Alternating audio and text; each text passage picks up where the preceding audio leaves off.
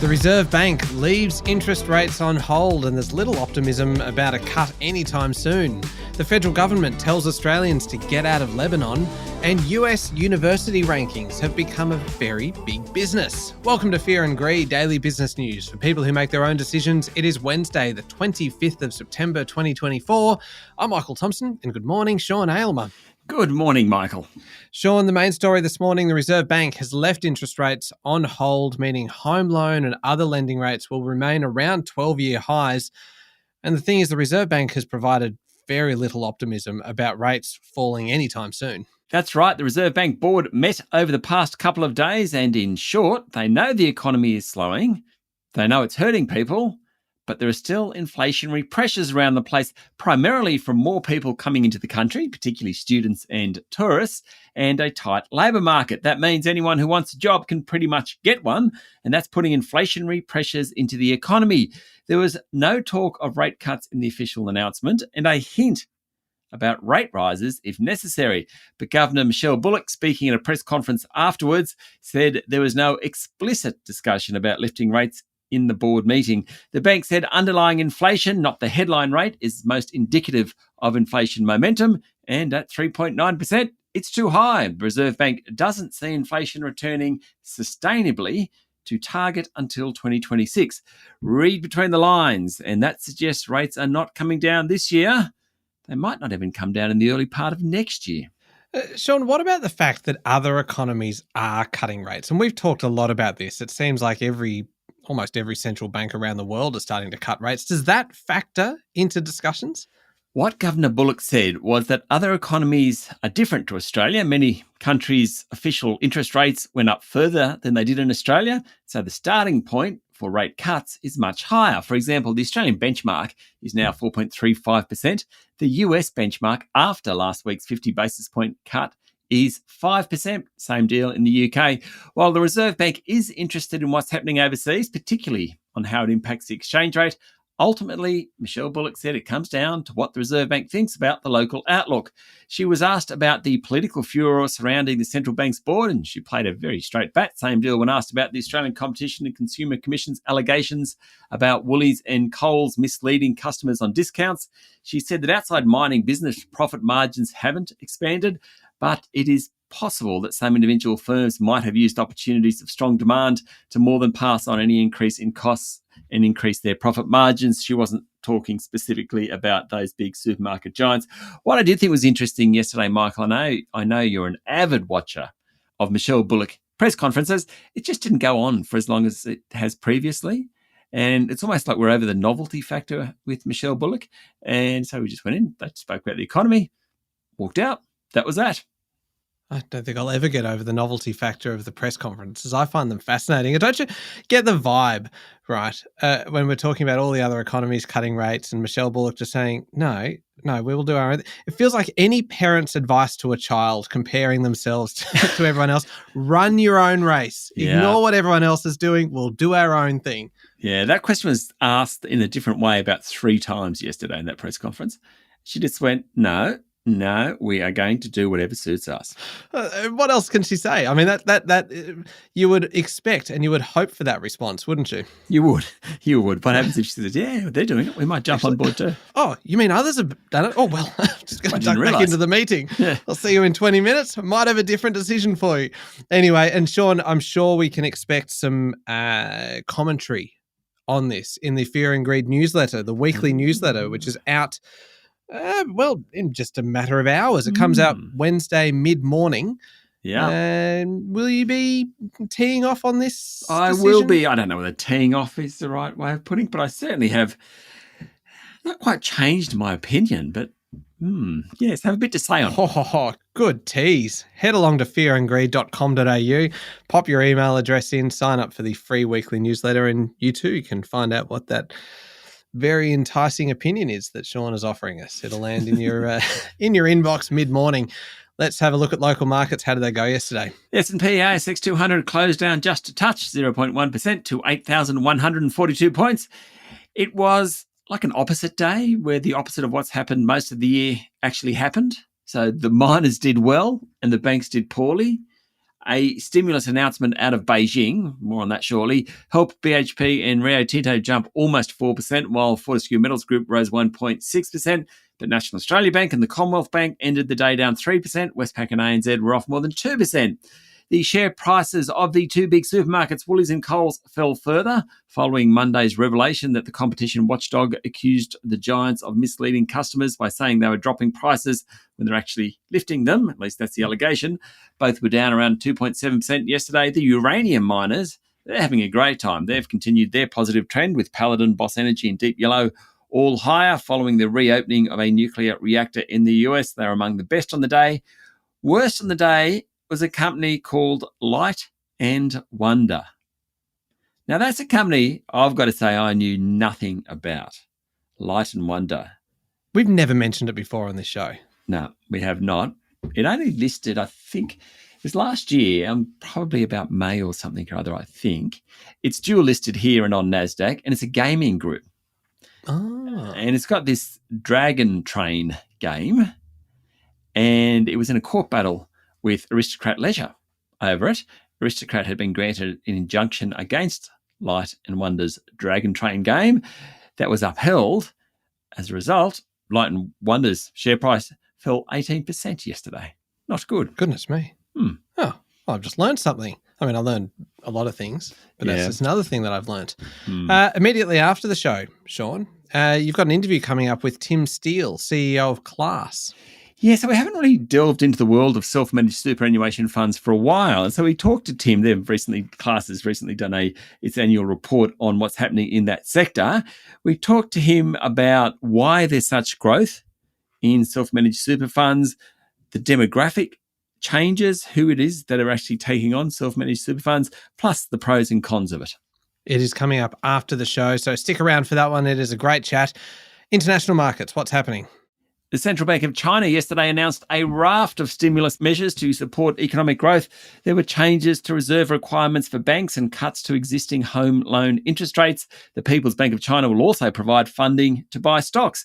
It comes after a briefing between Chinese regulators and following data that shows home prices in China have fallen by the most in 10 years. Beijing's targeting a 5% growth rate. Thus far in 2024, the expansion is lagging somewhat. Yesterday's announcement wasn't a big intervention, but it's certainly a pretty decent start. The news of the intervention sent iron ore prices higher, oil prices crept higher, helped by the news out of China, though given what's going on in the Middle East, it's probably surprising they're not rising by more. The Aussie dollar yesterday hit a new record for 2024, surging after the release of the Reserve Bank Board commentary and that news out of China. It pushed beyond 68.6 US cents for the first time this year. Now, basically the reason it's the China news, but also US interest rates are heading south. Ours are stable. That interest rate differential makes investing in Australia relatively more attractive than investing in the US. That's helping the Aussie dollar. Okay, we've got a fair bit to get through today, Sean. We'll be back in a moment with the rest of the day's business news.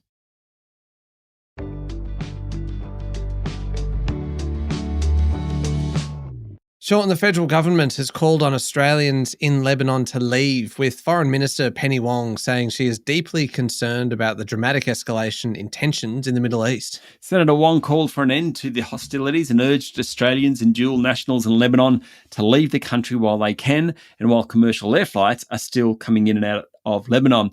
The crisis is at a tipping point after a wave of Israeli airstrikes yesterday morning. They killed nearly 500 people and wounded more than 1,600 people in the deadliest day of conflict since the 2006 Israel-Hezbollah war. The Israeli Defense Force launched more than 1,600 strikes using cruise missiles, short-range rockets and drones. It triggered absolute chaos in Lebanon. Highways out of the cities were jammed with cars as families desperately tried to escape the devastation across southern Lebanon. Now, Israel claims it has evidence of Hezbollah weapons being hidden inside Lebanese homes that prompted the attack. The bottom line is Senator Wong wants all Australians out of Lebanon if possible. In Canberra, Sean, the Prime Minister Anthony Albanese said it is no wonder people are angry at Coles and Woolworths, and they have a right to be. He said customers who see a sign saying a product is on special expects it to be cheaper, not more expensive. The Australian Competition and Consumer Commission, of course, has alleged that Woolies and Coles misled customers on more than 200 products each by upping prices and then after a short period of time reducing them by a lesser amount and claiming they were discounted. Mr. Albanese said the supermarkets will receive a bit more than a slap on the wrist if the Australian Competition and Consumer Commission lawsuit is successful. ACCC Chair Gina Cass-Gottlieb said the regulator will be seeking significant penalties. The fallout, Sean, from the PwC tax scandal continues, with revenue for the firm down $820 million in the year to June.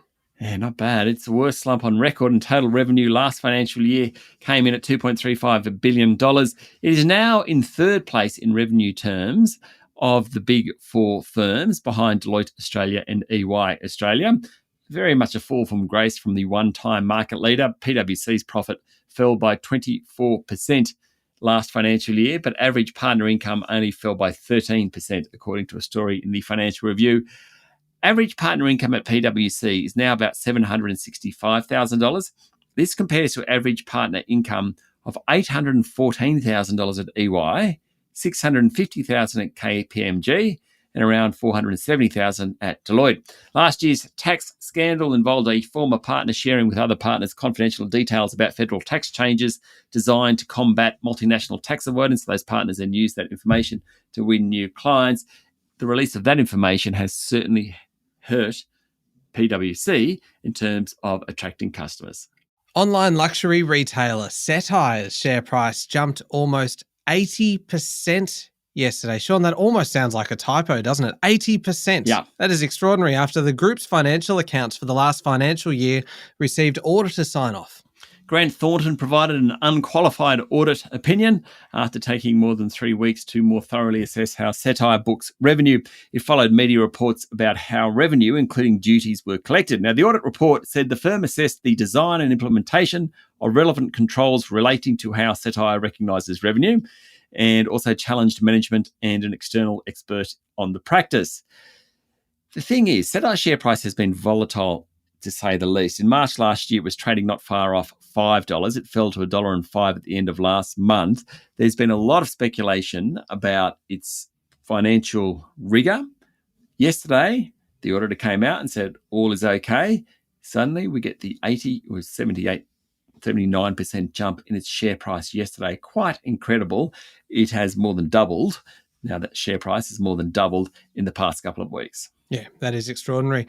David Foster has resigned from the Bendigo and Adelaide Bank board months after stepping down as chair of Star Entertainment. Mr. Foster has been under extreme pressure, I'd say. He was on leave of absence from the Bendigo board over text he sent while at Star to the chief executive, Robbie Cook, calling for the scrapping of the casino regulator and the removal of the manager controlling its Sydney casino licence.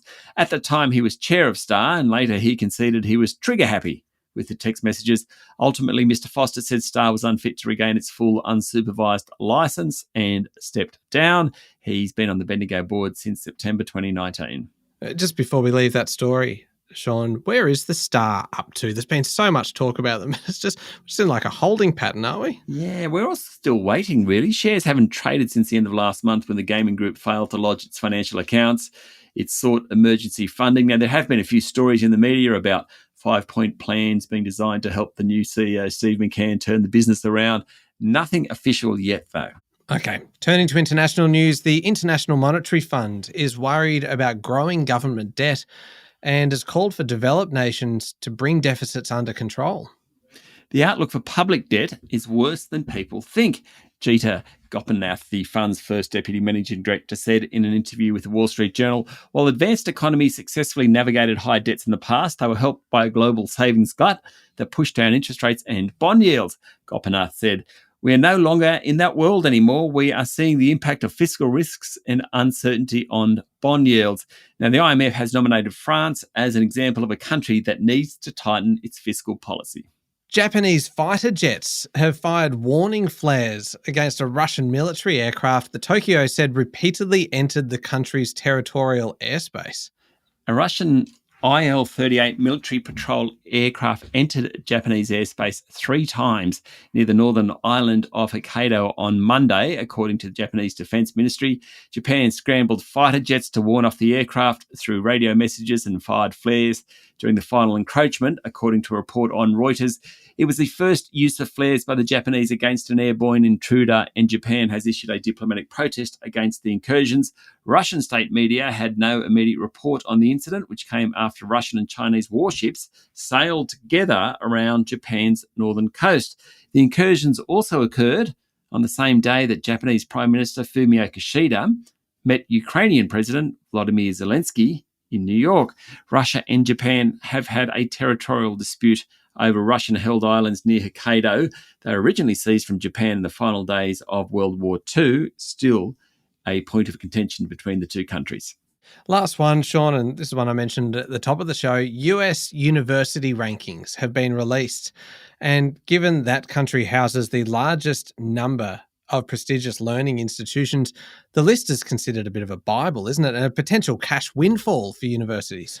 Yeah, I like this story. The US News and World Report puts Princeton at number 1 again, followed by the Massachusetts Institute of Technology, MIT, then Harvard, Stanford, then comes Yale, tied at number 6 and Northwestern, Johns Hopkins, Duke, and Caltech, California Institute of Technology.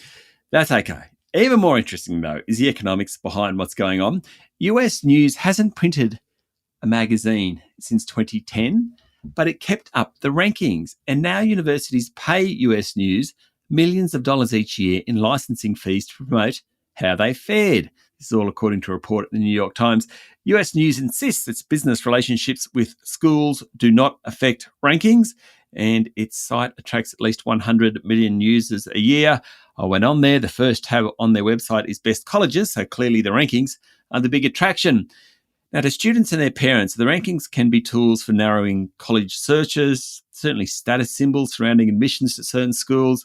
They can literally be worth hundreds of millions of dollars to universities if you take the full lifetime impact of the students that go to those schools. Anyway, lots of controversy about them, but Princeton comes in at number 1 again. What a business model. Isn't that great? Put out a list and then universities pay you a fortune to promote those results. Yeah, it's a fascinating business model, definitely. Yeah. Now, up next is the Fear and Greed Daily interview. Tim Steele, CEO of Class, is your guest today. All about self-managed super funds, who's getting into them, what their balances are, the pros and cons, all those sorts of things. Michael? It is coming up in the Fear and Greed playlist on your podcast platform or at fearandgreed.com.au, which is where you can sign up for the weekly newsletter, which comes out this morning. So do it now without delay. Thank you very much, Sean. Thanks, Michael. It is Wednesday, the 25th of September, 2024. Make sure you're following the podcast and please join us online on LinkedIn, Instagram, X, TikTok and Facebook. I'm Michael Thompson and that was Fear and Greed. Have a great day.